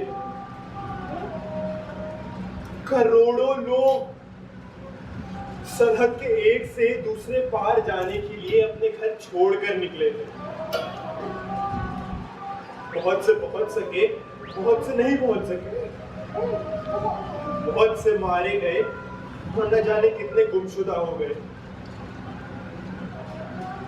बंटवारे को हुए आज लगभग 3 साल बीत चुके हैं, पर इसके घाव आज तक उतने ही हरे हैं जितने उस वक्त थे। आज से तकरीबन 3 साल पहले बिशन भी अपने घर से निकला था, अपने असली घर की तलाश में, पर वो कभी पहुंच नहीं सका। वो अभी भी पागल खाने में ही है। सुना है अब तो ज्यादा किसी से कुछ बात नहीं करता, किसी से भी मिलता है तो सिर्फ अपने गांव के बारे में ही पूछता है। और शायद यही वजह है कि उसके सारे दोस्त भी अब उसे उसके गांव के नाम से ही जानते हैं, टोबा टेक सिंह। अपना असली नाम अब शायद उसे याद नहीं, या वो भूल गया है, छोड़ दिया है, पता नहीं, पर अपने पुराने नाम पर अब वो कोई जवाब भी नहीं देता। और तो और जब से सरकार की तरफ से तबादले का फरमान आया है तब से तो वो और डरा रहने लगा है। फरमान में था कि जैसे कैदियों का तबादला हुआ था वैसे ही पागलों का भी होना चाहिए, यानी जो मुस्लिम पागल हिंदुस्तान के पागल खानों में है उन्हें पाकिस्तान भेज देना चाहिए, और जो सिख और हिंदू पागल पाकिस्तान के पागल खानों में है उन्हें हिंदुस्तान के हवाले कर देना चाहिए। पर अब आप भी सोच रहे होंगे कि आखिर इन सब चीजों का इल्म मुझे कैसे? असल में जब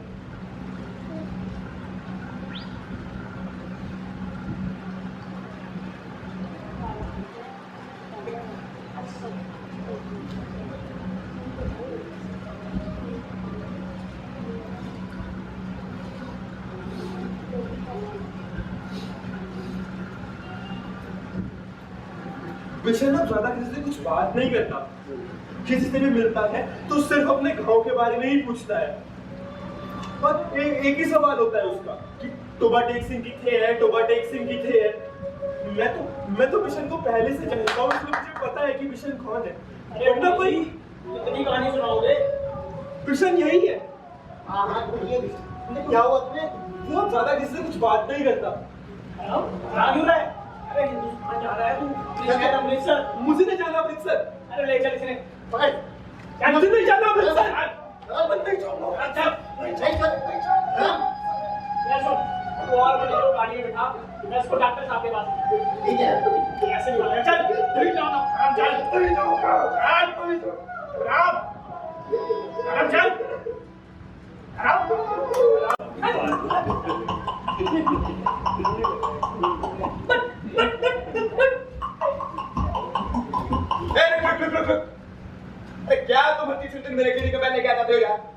रात्रि से तुम मेरे खेत में क्लिनिक क्यों लगा लेते हो? इतनी बार समझाओ कि ये मेरा क्लिनिक है, तुम्हारा खेत नहीं। बिगड़ क्यों रहे हो? जाओ, आज से ये खेत तुम्हारा। ऐश करो। और वैसे भी मैं तुमसे बहस करने नहीं आया हूँ, बहुत जल्दी आ मुझे। अरे जल्दी तो जाओ, मेरा क्यों टाइम खराब कर रहे हो? हाँ चला जाऊंगा, लेकिन पहले ये बताओ कि पाकिस्तान क्या है? हिंदुस्तान में एक ऐसी जगह जहाँ उसके बनते हैं। अच्छा, क्या अच्छा? बेवकूफ, तेरे पाकिस्तानी ये जहाँ तुम खड़े हो। और डॉक्टर साहब ये अमृतसर कहाँ है? अब वो हिंदुस्तान में।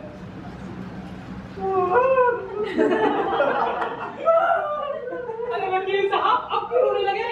कम्मो अमृतसर में रहती है। कम्बो कौन है? इतनी पुरानी महबूबा है, वो भागेंगे बेचारे को। लेकिन इसमें रोने की क्या बात है? अरे अब वो वहाँ हिंदुस्तान में और मैं यहाँ पाकिस्तान में हूँ ना। जब तुम हिंदुस्तान में थे तब कौन था तुम्हारी? वकील साहब, कोई बात नहीं, मत रो, हम आपको अमृतसर छोड़ देंगे। मैं अमृतसर नहीं जाऊँगा। क्यों? वहाँ मेरी प्रैक्टिस नहीं चलती ना। ओह। अरे तो कोई बात नहीं, उसे यहाँ ले आएंगे। आओ बैठो मेरी गाड़ी में, अभी चलते हैं हिंदुस्तान, है? चलो। चलेंगे आप? हिंदुस्तान? अरे मैं भी जाऊँगा। अरे उधर ही जा रहा हूँ, आपको भी छोड़ दूंगा।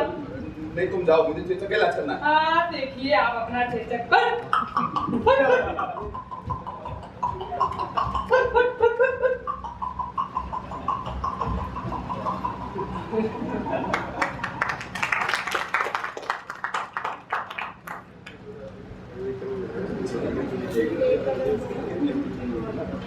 जी बोलो। टोबा टैक्सी कितने है? और आपका ही तो नाम तो ओवरटेक सिंह है। जी मेरा गांव फिर वो कितने है? आपका गाँव तो ओवरटेक सिंह? हाँ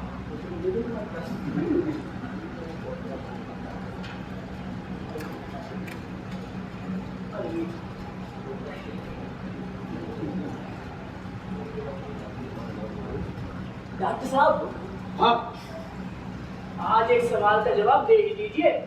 वीर जी ने पिछले 1 महीने से एक ही सवाल की रट लगा रखी है। क्या सवाल? तो ओवरटेक सिंह कितने है? डोबर टैक्सी। अरे इतने है। तो वीर जी डॉक्टर साहब, तो ओवरटेक सिंह वीर जी का गाँव है, वो कितने है? पहले कहा था। हिंदुस्तान में। डॉक्टर साहब हिंदुस्तान में? अरे तो अब भी वही होगा ना, कहीं उड़ के जाने से तो रहा। तो वीर जी अभी तो वही होगा, कहीं उड़ के जाने से तो रहा नहीं। डॉक्टर साहब तो पाकिस्तान बन गया ना, अब कहाँ है? ओ अच्छा। अभी कहीं नहीं। वीर जी भी कहीं नहीं है। कहीं नहीं है मतलब? डॉक्टर साहब मतलब? अरे मतलब ये कि अभी हमने हुक्म नहीं दिया है। जब हम हुक्म देंगे तब तय होगा कि कहाँ है।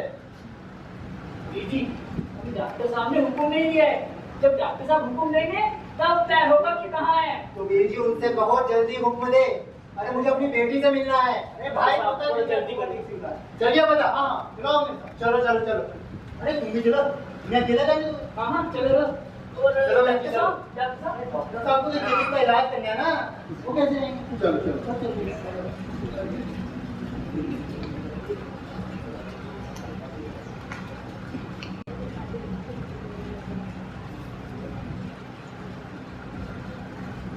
रंजीत,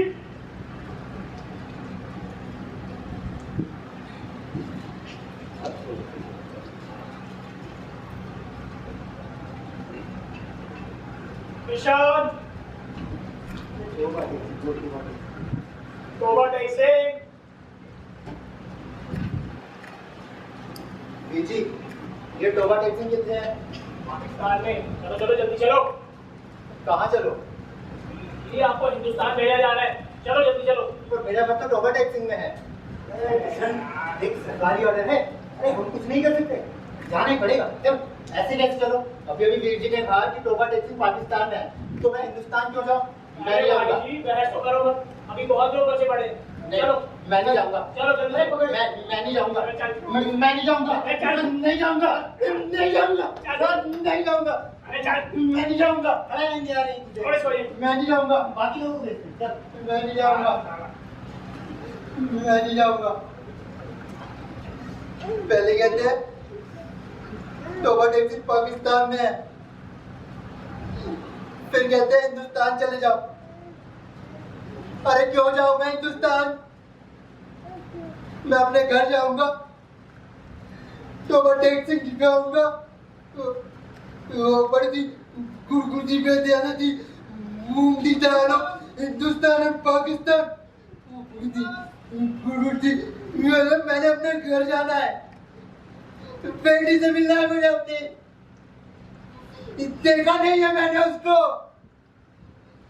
इतने साल हो गए। घर जाना है, बेटी से मिलना है।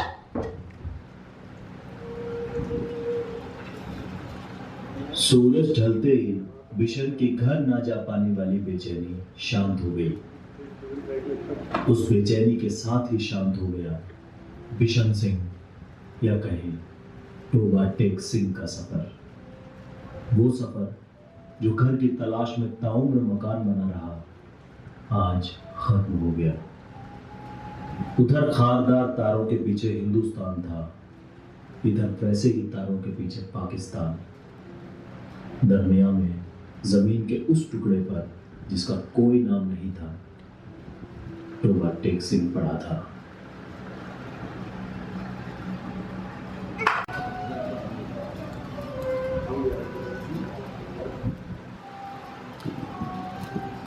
ये कहानी ना जाने मैंने कितनी बार कही है,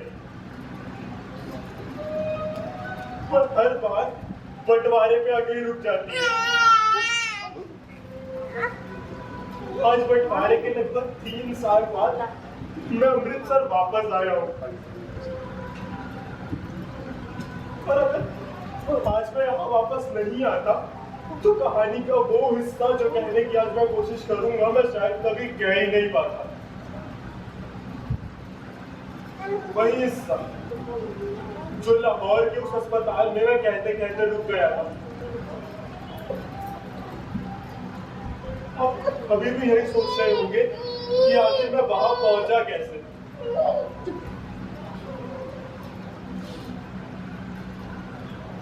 असल में मैं भागा था यहाँ से उस ईद की शाम जब मैं आखिरी बार सुगरा के घर गया था। मैं किसी भीड़ से नहीं भाग रहा था, मैं खुद से भाग रहा था, या शायद हालात से। ठीक मैं भी कुछ नहीं जानता। भाग कर मैं बस एक ट्रेन में चढ़ गया और उसी रात मुझे पहली बार दौरा पड़ा। आंखें खुली तो मैं लाहौर के उस अस्पताल में था, जब कहीं उस पागल खाने में, और तो बिशन भी वही था।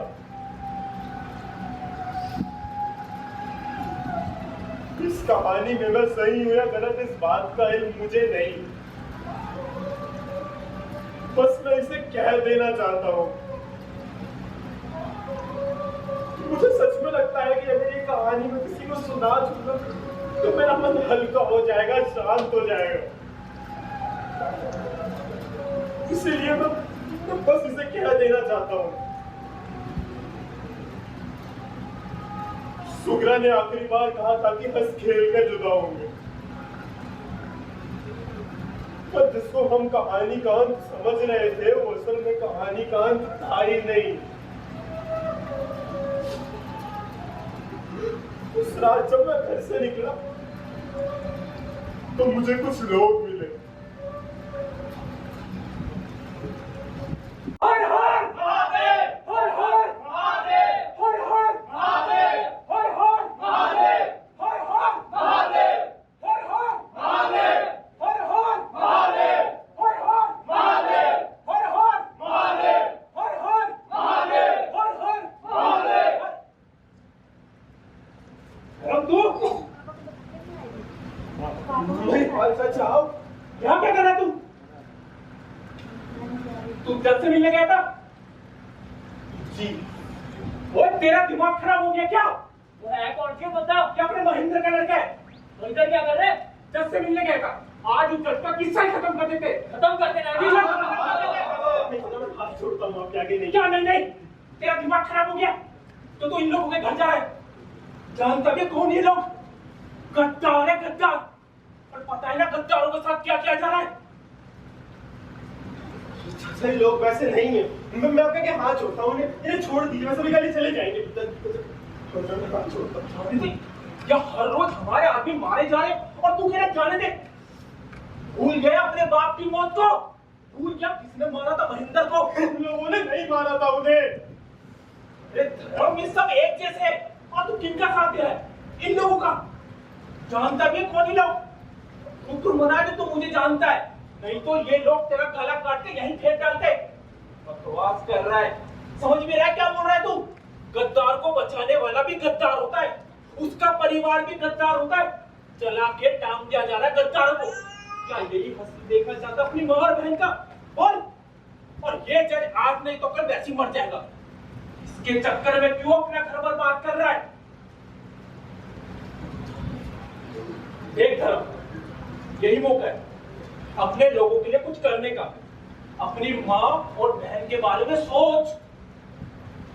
ये लोग सच में वैसे नहीं है, और वैसे भी करिए चले जाएंगे तो आपको क्या मिलेगा दिमाग में? ठीक है, अब आगे जो भी होगा उसका जिम्मेदार ये होगा। चलो भाई लोग, नहीं, मैं पैर पड़ता हूँ।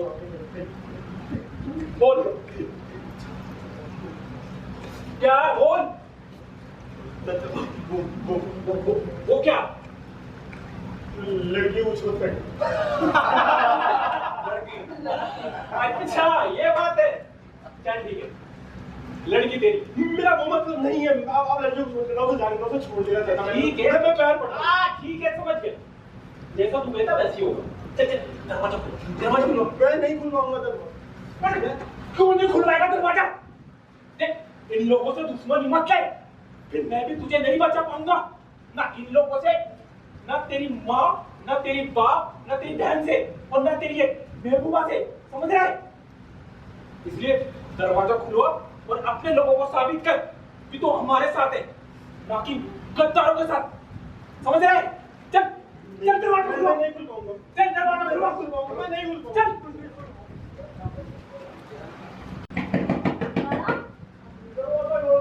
एक मिनट, आ रहे हैं।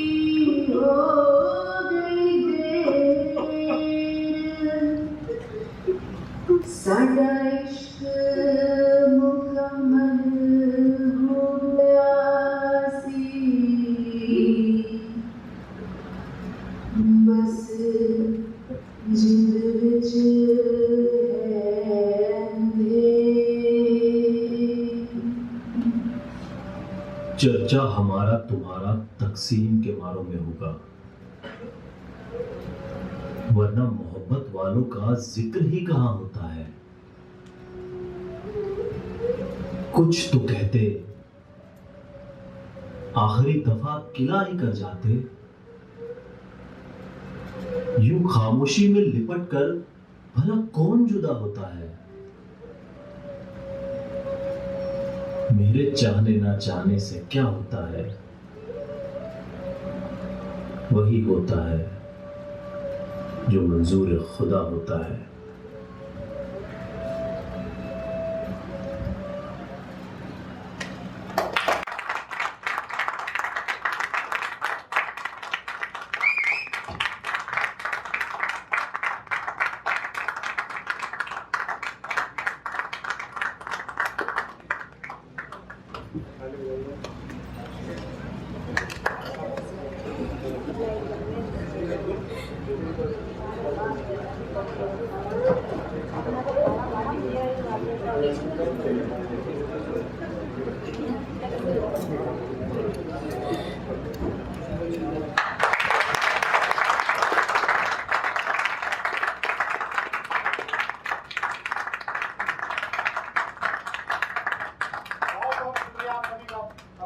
समय निकालकर हमारा नाटक देखने के लिए आने के लिए।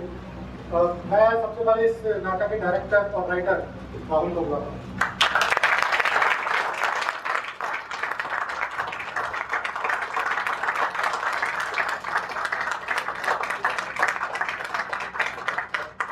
बहुत बहुत शुक्रिया आप सभी का आने के लिए, नाटक देखने के लिए। और ये नाटक सादत हसन मंटो की दो कहानियां हैं, गुरमुख सिंह की वसीयत और तोबा टेक सिंह, उनके किरदारों से प्रभावित होकर लिखा गया है।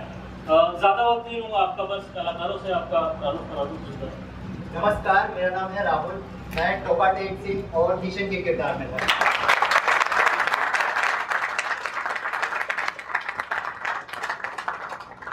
नमस्कार, मेरा नाम रविंद्र है। मैं बैक स्टेज और दंगाई के रूप में था।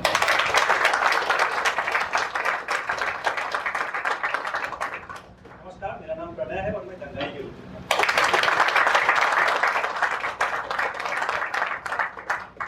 नमस्कार, मेरा नाम आदर्श है और मैं दंगाई के रूप में।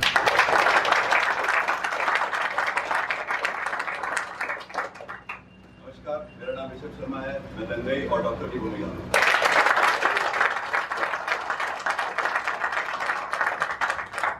नमस्कार, मैं रुद्र, जज के किरदार।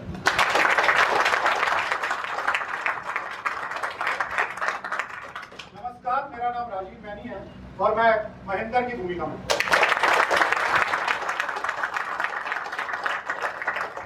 नमस्कार, मेरा नाम शशांक है और मैं धर्म की भूमिका में। नमस्कार, आप लोगों का बहुत बहुत धन्यवाद ये देखने आने के लिए। हमारा नाम रानी है और हम सुग्रा की भूमिका में।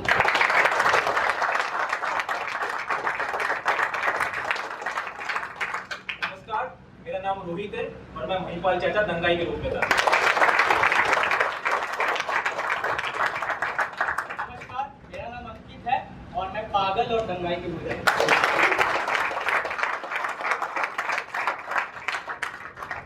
नमस्ते, मेरा नाम रंजीत सिंह है, मैं पागल खाने पागल की भूमिका में।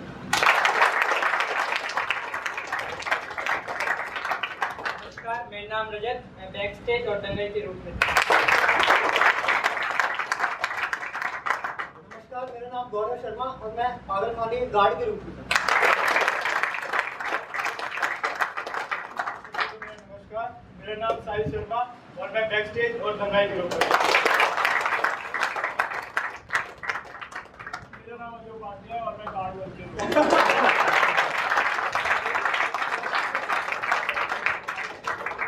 मेरा नाम नीरज पॉल है और मैं पागल की भूमिका में था।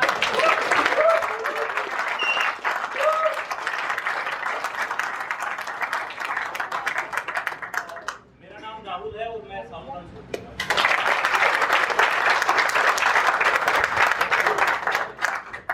हमारे साथ ध्रुव भी है जो लाइट कंसोल पे थे। ध्रुव और हर्ष, ध्रुव और हर्ष लाइट कंसोल पे थे। उनके लिए भी तारीफ।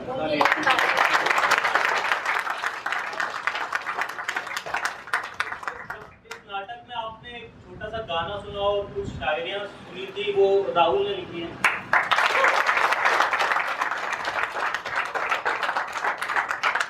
तो गाने में आवाज थी वो खुशबू की है। आज खुशबू यहाँ पर है नहीं हमारे साथ।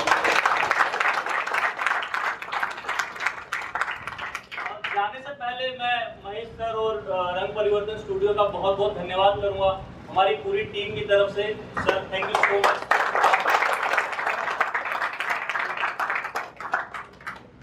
आऊंगा तो कड़वा बोलूंगा।